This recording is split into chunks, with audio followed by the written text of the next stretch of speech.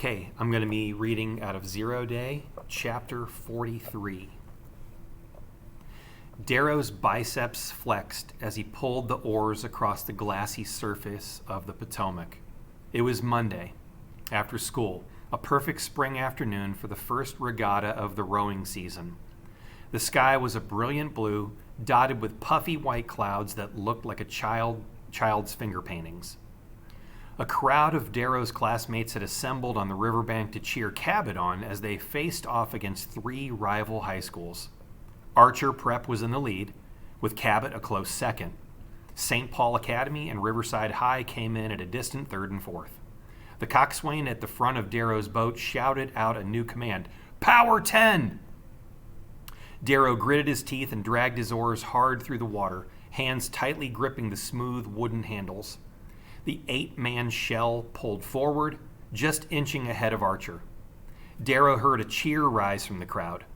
He exhaled, and even though he was trying to focus, his mind wandered right back to where it had been all day. Addie.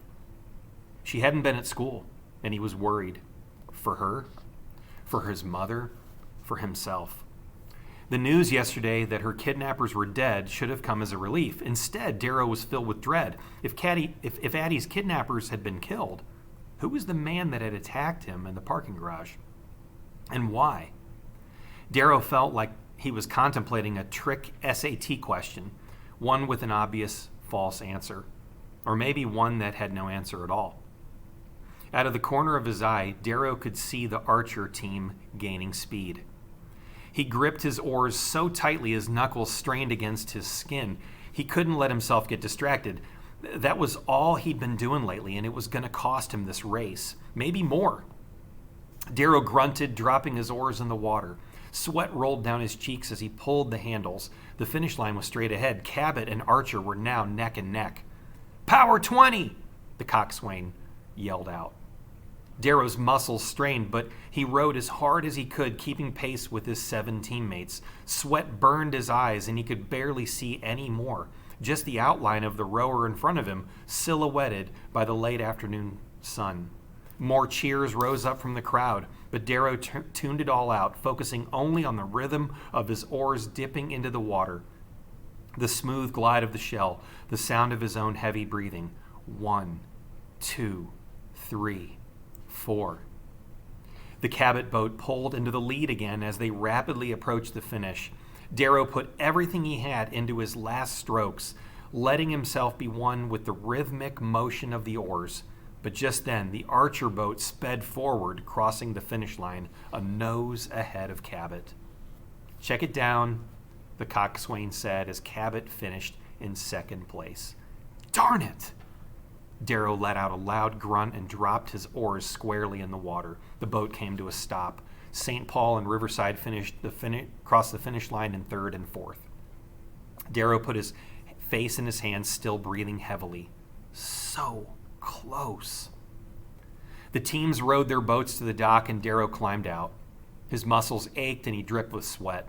He wiped his face on the back of his forearm and shook the perspiration from his hair, splattering droplets all over the wood by his feet. As he walked toward the boathouse, someone called his name. It was Harper, blonde hair glittering in the sunlight as she ran down the steps toward him. "Dare," she said, panting, "we need to talk." Darrow kept walking. "Not really in a mood right now," he said. I know, tough race, but it's important," Harper said. "I wouldn't bother you otherwise." Darrow sucked in a breathful of air and stopped, sweat still burning his eyes. "Okay," he said as his teammates streamed past. "What is it?" Harper shook her head. "Not here. There's too many people. I need to talk to you alone." "Yeah, all right. Just let me get my things from..." And he stopped short, glancing over Harper's shoulder at the familiar motorcade parked on the street. His heart strained against his rib cage, even harder than it had moments ago when he was trying to bring his boat home. "Ad?" he began. The back door of the town car opened. A set of long, slender legs and black leather leggings swung out, and a pair of high heels hit the ground.